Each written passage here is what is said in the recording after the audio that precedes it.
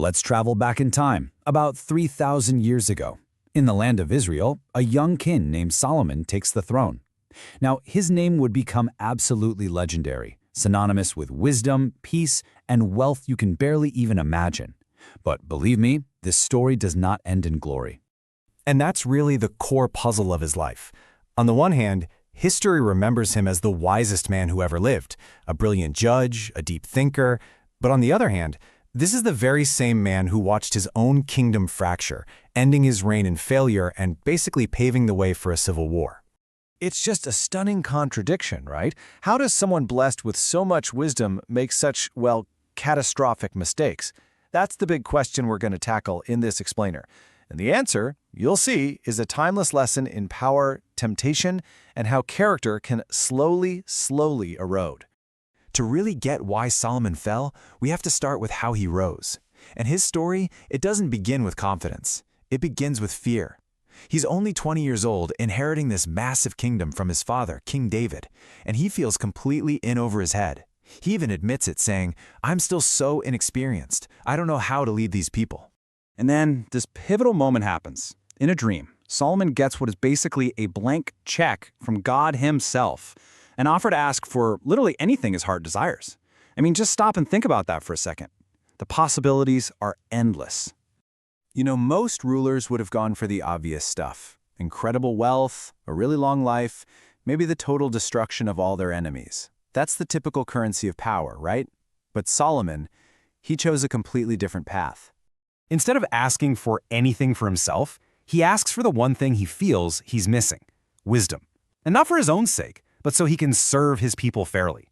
This selfless, humble prayer really pleased God, who not only gave him wisdom like no one else, but also threw in all the wealth and honor he didn't even ask for. So armed with this divine gift, Solomon's reign kicks off what becomes known as Israel's golden age. And this wisdom wasn't just some abstract concept. It had real, immediate effects that built up his reputation and the prosperity of the entire kingdom. His first big test shows up in his own court. You've got two women, but only one living baby. Both are claiming to be the mother. There are no witnesses, no DNA tests, nothing. It's a classic he said, she said dilemma. And the whole court is watching to see how this young king is going to solve this impossible puzzle. And then Solomon gives this absolutely shocking, almost barbaric order. He tells his guards to bring him a sword and to prepare to slice the child in half, giving one piece to each woman. You can just imagine the collective gasp in that courtroom. But see, this is what made him a genius. The order wasn't about cruelty. It was a brilliant psychological test. The true mother's love just bursts out. She'd rather give up her child forever than see him hurt. But the liar, eaten up by jealousy, is perfectly fine with the baby dying. Solomon immediately points and says, "Give the living child to the first woman. She is his real mother."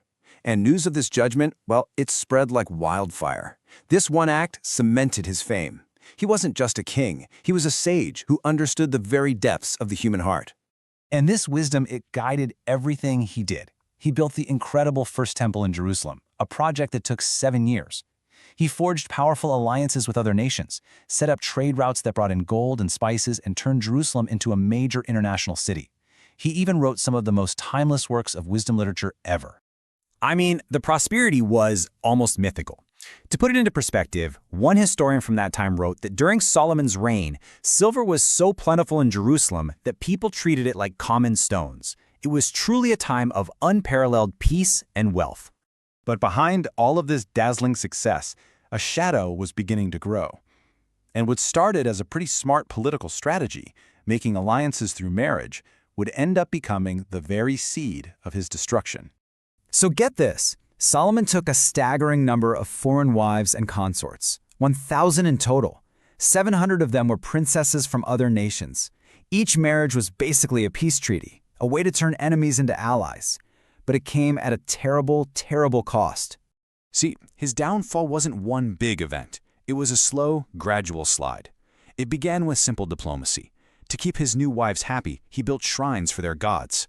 Then, out of curiosity, he started attending their rituals. And before he knew it, he was participating. The change was so subtle, the wisest man in the world didn't even notice his own heart turning away from the very source of his wisdom. Well, this slow drift away from his core beliefs did not go unnoticed. The consequences started to pile up, and the once solid kingdom began to show some really deep cracks, both from the outside and from within. The Golden Age started to come apart piece by piece.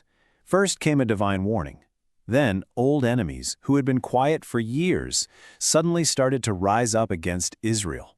And, most dangerous of all, a threat emerged from inside his own court, when a prophet declared that one of Solomon's own officials would lead a rebellion and rip away 10 of the 12 tribes. And this all brings us to Solomon's final years. His kingdom's in turmoil, his alliances are breaking, and he's left to just reflect on a life of incredible highs and absolutely devastating lows.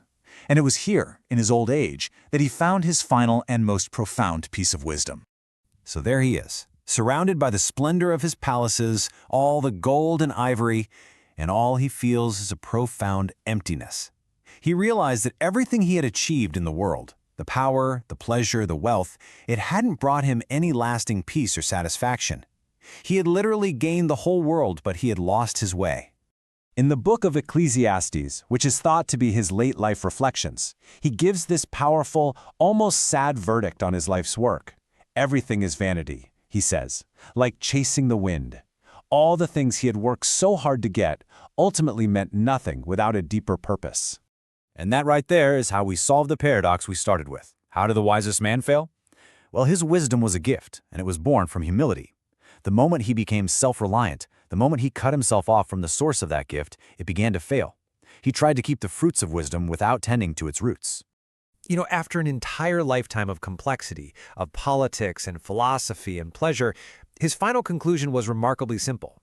He learned, at the very, very end, that true meaning wasn't found in getting more, but in returning to the simple truth he started with. Solomon's story is both a warning and an inspiration. He had everything anyone could possibly want, and yet he showed us how easily even our greatest strengths can be undermined by slow, small compromises. So it leaves us with a question to think about. What's the one lesson from his incredible rise and his tragic fall that you would apply to your own life?